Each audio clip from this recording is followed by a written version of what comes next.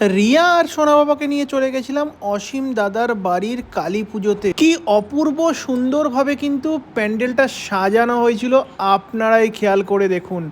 এরপরে কিন্তু আমরা মাকে দর্শন করে চলে গেলাম মায়ের প্রসাদ গ্রহণ করতে। প্রায় 40 থেকে 50 মিনিট দাঁড়ানোর পর অবশেষে কিন্তু একটা জায়গা পেলাম। এরপর একে একে কিন্তু আমাদের প্রসাদ সার্ভ করা শুরু করলো দাদারা। দেখো, প্রসাদে ছিল গরম গরম খিচুড়ি আর পাঁচমিশালি তরকারি। আর মায়ের প্রসাদ না, এই গ্রহণ করার পর মন প্রাণ দুটোই ধন্য হয়ে যায়। কি তাই তো বন্ধুরা? গরম গরম মায়ের প্রসাদে খিচুড়ি এবং পাঁচমিশালি তরকারি, আহা সত্যি দারুণ হয়েছিল। আর এই সময় না সজনের ডাঁটাটা সবে সবে উঠেছে।